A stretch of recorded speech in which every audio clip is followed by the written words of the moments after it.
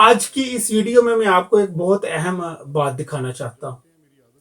اس وقت ملک احمد خان کی ایک پریس کانفرنس میرے پیچھے چل رہی ہے اور میں اس پریس کانفرنس پر کچھ بات کرنا چاہتا ہوں۔ جو کچھ میں آگے بیان کرنے والا ہوں وہ میری اپنی رائے ہے، میرا مشاہدہ ہے۔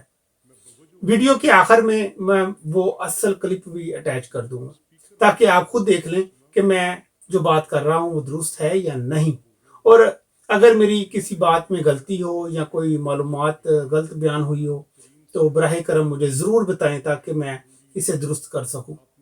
اب اصل بات شروع کرتے ہیں۔ اگر آپ نے دیکھا ہے کہ منافقت کیا ہوتی ہے تو ملک احمد خان کی یہ گفتگو ایک مثال ہے۔ اگر آپ نے سمجھنا ہے کہ سیاسی مینوپولیشن کیسے تیار ہوتی ہے تو یہ پریس کانفرنس وہی بلو پرنٹ ہے۔ انہوں نے جہاں بات شروع کیا اور جہاں ختم کی ہے، مقصد دونوں جگہ ایک ہی ہے۔ مقصد کیا ہے؟ ایک مخصوص سیاسی جماعت کے خلاف بیانیہ بنانا، فضا تیار کرنا اور عوام کے ذہن میں ایک نتیجہ بٹھا دینا۔ لیکن سوال یہ ہے کیا ان کے پاس کوئی ٹھوس ثبوت تھا؟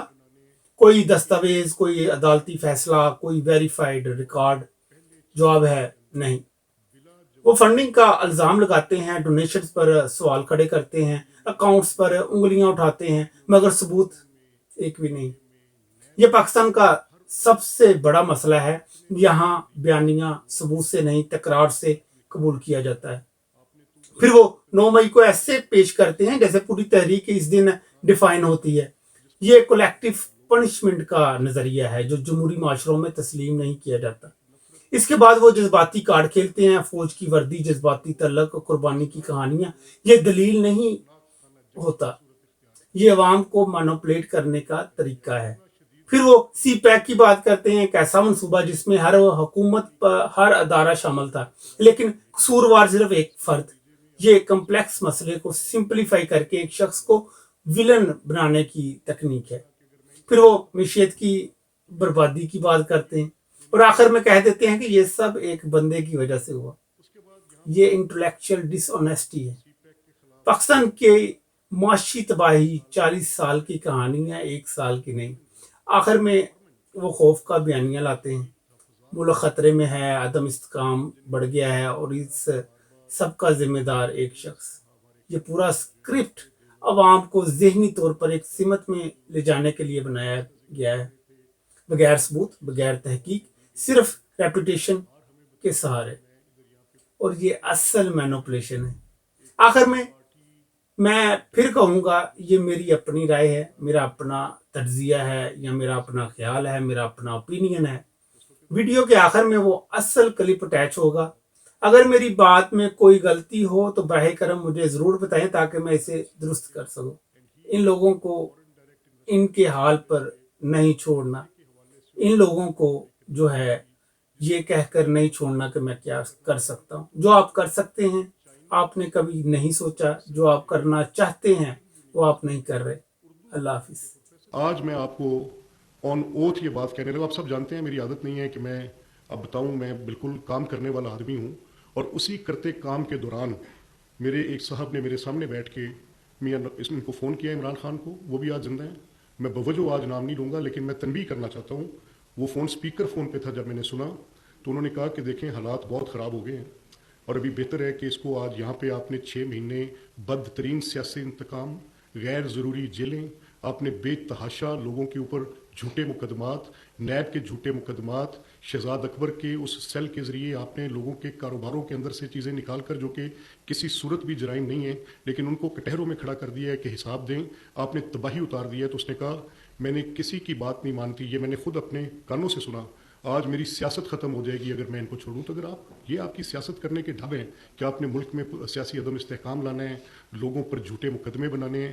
141 وہ لوگ تھے جو آپ کے پہلے 6 ماہ کے اندر بلا جواز جیلوں میں ڈالے گئے۔ آپ نے لوگوں کے گھر مسمار کیے جا کے کہ یہ میرے سیاسی مخالف ہیں، آپ نے ان کو تھانوں میں، ایف آئی اے میں، نیب میں، ہر اس ٹول کو آپ نے اتنے برے طریقے سے لوگوں کے اوپر باہر نکال کے پھینکا۔ آپ نے تو اس وقت وہ کیا، تو میں لگ رہا تھا کہ یہ سیاست کے خلاف بھی ایک خوفناک سازش ہے جس کو کرنے کے بعد لوگوں کے اور سیاستدانوں کے درمیان ایک نفرت پیدا کر دی جائے تاکہ کوئی اس کے جو اثرات ہیں وہ ایک خوفناک خانہ جنگی کی صورت اختیار کریں۔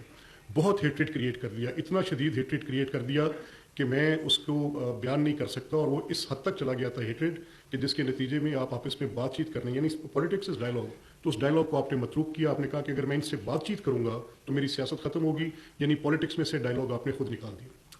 اس کے بعد یہاں پر آپ کی بس نہیں ہوئی, سی پیک کے خلاف آپ نے جو کیا, آپ کے 4 سال میں سی پیک لٹرلی منجمد ہو گیا, اٹ واز ڈورمنٹ, اور اس پر بڑے شدید تحفظات. I am privy to those meetings جن میں یہ کہا جا رہا تھا بار بار کہ چائنیز ہمارے کاؤنٹر پارٹ جو ہیں وہاں پہ they're talking to the Pakistani people, in sovereign guarantees کا ذکر کر رہے تھے جو میاں نواز شریف صاحب کے دور میں دی گئی تھیں, بار بار ہمیں بتا رہے تھے. میں ادھر یہاں پہ پرل کانٹیننٹل ہوٹل میں ایک آل پارٹی ڈائلاگ تھا جو سی پیک کے متعلق تھا, جس میں provincial government of Sindh, provincial government of کے پی, اس وقت بھی عمران خان کی گورنمنٹ تھی, provincial government of P M L N, they were all there. Qamar Zaman Kaira was on dais that day, and he foreign direct investments کے حوالے سے اور قرضے کے حوالے سے ان کی بات میں تھوڑی کنفیوژن تھی, جس کو ایس این اقبال صاحب درست کرنا چاہ رہے تھے. تو وہاں پر جو چائنیز پروفیسر تھے بیجنگ یونیورسٹی میں, اردو زبان کے پروفیسر, بڑی شستہ اردو بولتے تھے, وہ اٹھ کے آئے, انہوں نے کھڑے ہو کر کہا, انہوں نے کہا دیکھیں آپ 2 بڑی سیاسی جماعتوں کے میرے نزدیک ذمہ دار لوگ ہیں, اور فارن ڈائریکٹ انویسٹمنٹ اور قرضے کے درمیان آپ اس بحث میں ہیں کہ یہ کیا ہے, لیکن میں آپ کو یہ بتانے آیا ہوں کہ اگر آپ کے ملک میں سیاسی عدم استحکام ہوگا تو معیشت آگے نہیں بڑھ سکے گی. And simple this is it. نظام آپ نے جو کرنا ہے آپ دیکھ لیں, لیکن یہ سی پیک اگر آپ کا رول بیک ہوتا ہے تو اس کے کانسیکوینسز یہ ہوں گے کہ پاکستان کے 10 سے 15 سال ضائع ہو جائیں گے. And that we literally saw. اس کے ذمہ دار بھی آپ ہیں. پھر میں نے آپ کے وزیر خزانہ کو سنا, آپ کے وزیر خزانہ محسن لغاری کو اور اپنے خیبر پختونخوا کے وزیر خزانہ کو ٹیلی فونکلی یہ کہہ رہے تھے, وہ ان کی آواز شوکت ترین صاحب کی اگر پتال سے بھی آ رہی ہوگی تو میں اس آواز کو پہچانتا ہوں. محسن لغاری میرے قریبی دوست ہیں, میں نے ان کے ساتھ اسکول کے اندر 10 سال گزارے ہیں, اس اسمبلی میں 15 سال ان کے ساتھ گزارے ہیں. میرا ان سے ایک بہت گہرا رابطہ ہے. میں ان کی آواز پہ چوک ہی نہیں سکتا جو ان کی آواز ہے. میں نے وہ آواز سنی جب آپ انہیں کہہ رہے تھے کہ یہ P D M government, Imran Khan کا آپ کو حکم نامہ ہے کہ پی ڈی ایم گورنمنٹ اگر آئی ایم ایف سے بیل آؤٹ پیکج لے رہی ہے تو جو پاکستان کو ڈیفالٹ کرنے کی کہانی ہے, اگر یہ پیکج آ گیا تو پھر کہیں خدا نخواستہ وہ مضموم مقاصد کہ پاکستان ڈیفالٹ ہوگا, تو آپ بطور وزیر خزانہ, اس وقت پرویز صاحب کی یہاں گورنمنٹ تھی, کس کو بھولا ہے, کس کے حافظے میں سے یہ چیزیں نکل گئی ہیں؟ آپ خط لکھ کے دے دیں کہ صوبے وفاقی حکومت کے ساتھ نہیں ہے. یعنی پہلے عدالت پہ حملہ 5 ججوں کے ذریعے ایک پولیٹیکل فیکشن کو بالکل تباہ و برباد کر دو, اس کے بعد پھر پارلیمنٹ کو متروک کر دو جہاں پر کوئی بات ہی نہ ہو سکتی اور ایک اکھاڑے کا منظر پیش کرے. اس کے بعد پھر آپ نے معیشت کو تباہ کرنے کا فیصلہ کیا, اس کو ڈیفالٹ کرنے کی بالکل دہانے پر لے گئے, اور جو پی یو ایل کے بلز تھے ان کے متعلق وہ کہتے کہ دیکھیں آپ ایک چیز 100 روپے کی خرید رہے ہیں اور اس کو 90 روپے میں آپ بیچ رہے ہیں, تو جو اس کی چیز اوپر کھڑی ہوتی جائے گی اس کے اوپر جو لاسز انکر ہو رہے ہوں گے تو وہ تو اکانومی میں ریفلیکٹ کریں گے. تو آپ نے آن پرپز ود ڈیزائن, پھر کس کو ندیم بابر کا قصہ بھولا, پھر کس کو قطر کی ڈیل کا قصہ بھولا, پھر کس کو ایل این جیز کا قصہ بھولا, پھر کس کو بھولا کہ کن لوگوں نے کتنے پیسے آپ کو دیے. Nobody has forgotten that. میں تو حیران ہوں آج کے موجودہ حکمرانوں کے اس رویے پر کہ اگر آپ کے خلاف صرف کرپشن کی بات پبلک میں اسٹک نہیں کر رہی, ٹھیک ہے عوام آپ سمجھتے ہیں کہ جو آپ کے خلاف 3-4 فیصلے ہیں, میں بھی ان فیصلوں کے خلاف تھا. مجھے تو کسی نے کہا کہ بشرا بی بی پہ آپ بات کریں کیسے, میں کہا that's a personal matter, personal life, میں I won't make a comment on that. لیکن یہ فیصلے جو آپ کے ہیں جس میں آپ نے, I am not speaking from any parties position, میں اکبر ایس احمد کی بات کر رہا ہوں. مجھے وہ آدمی بہر صورت ان کوائف اور حقائق کی بنیاد پر جن پیپرز کا میں پریوی ہوں, I have seen those papers کہ جو پبلک کے نام پر فنڈز اکٹھے کیے جاتے تھے, سوشل ویلفیئر کے لیے اکٹھے کیے جاتے تھے, کینسر ٹریٹمنٹ جیسے نوبل کاز کے لیے اکٹھے کیے جاتے تھے, جو ممبرشپس کریٹ کی جاتی تھی. میرے ایک دوست ہیں شکاگو میں, is like family to me. انہوں نے مجھے کہا کہ میں نے 80,000 پاؤنڈز اکٹھے کر کے بھیجے ہیں, $80,000, I beg you an apology for that, $80,000 بھیجے ہیں جس میں میری اتنی کنٹریبیوشن ہے. And I sent that money for the noble cause of cancer treatment, but I have been informed that money has been taken to the political party's account, and since that day میں نے اس کے بعد further funding. کیا بات, میں کیسے بتاؤں کہ کیا کردار, کیا کال و فیل.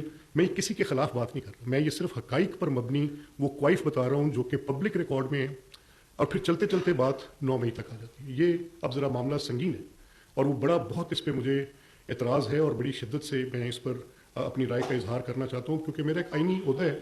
میں پارٹی پوزیشن سے تو بول نہیں سکتا. When I sit on that chair as speaker I want to maintain best of my neutrality because I am under oath. لیکن ایز پاکستانی میرے کنسرنز ہیں, اور وہ کنسرنز کے ہیں. یہ کل آپ صحافیوں نے, دوستوں نے یہ سوال پوچھے تو اس کا جواب میں آپ کو دے دوں. دیکھیں 9 مئی کا واقعہ جب پیش آتا ہے, آج اس 9 مئی سے ایک سفر گزرا ہے, اور یہ طوالت کچھ ماہ پر مشتمل ہے، جو کہ ایک سال کا عرصہ گزارنے کے بعد، 1.5 سال کا عرصہ گزارنے کے بعد 9 مئی کے بعد ایک 10 مئی بھی آ گئی. اب ان دو میں کنٹراسٹ کیا. 10 مئی نے میرا سر فخر سے بلند کیا. 10 مئی نے اقوام عالم میں مجھے ایک ممتاز قوم کے طور پہ کھڑا کیا. 10 مئی میں ایک ایسے ملک کے ساتھ، میں جنگوں کے خلاف ہوں، مجھے خوف آتا ہے بارود سے، مجھے اس آگ سے، اس موت سے، وہ جو خون کے لوتھڑے اور انسانی اعضاء کے چیتھڑے اڑتے ہیں، میں ان کو دیکھ کے سہم جاتا ہوں. مجھے اپنے بچوں کے لیے ایک محفوظ دنیا، ایک ایسی دنیا چاہیے جس کے اندر خوشحالی ہو، خوبصورتی ہو، پروگریس ہو، ڈیولپمنٹ ہو، جس کے اندر اکنامک گروتھ ہو رہی ہو، لوگوں کی گڈ لائف ہو رہی ہو. یہ جنگوں والی، یہ بارود کی، یہ سریے کے ساتھ ٹنگی لاشیں، یہ گن گھجاتے جہاز، یہ درندگی مجھے سہماتی ہے. لیکن میں نے کیا دیکھا؟ میں نے دیکھا کہ پاکستان کی یہ فوج، جس کے ساتھ میری جذباتی وابستگی ہے، اس وردی کی تکریم، اس کے فخر پر میں مر مٹنے کو تیار ہوں. اس کا مسئلہ میری جمہوریت کے ساتھ، اس ایوان کے ساتھ نہیں ہے.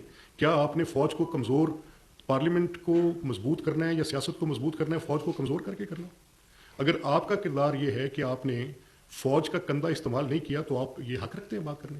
لیکن اگر آپ کی اپنی پیدائش اسی نرسری میں، انکیوبیشن وہاں ہے، کنسیو وہاں ہوئے ہیں، برتھ وہاں ہوئی ہے، تو پھر کیا کرتے ہو یار؟ پھر اس کو کمزور کر کے، یعنی وہ میری سرحدوں کی حفاظت کرنے کے قابل بھی نہ رہے. کچھ اپنے قول و فعل پہ، کردار پہ غور کرو. میں سب کو تنبیہ کرتا ہوں. میری درخواست ہے کہ یہاں تک معاملہ لے کر جانا، مجھے اس فوج کے ساتھ ایک جذباتی وابستگی ہے. I had the courage even to speak in my party. بھائی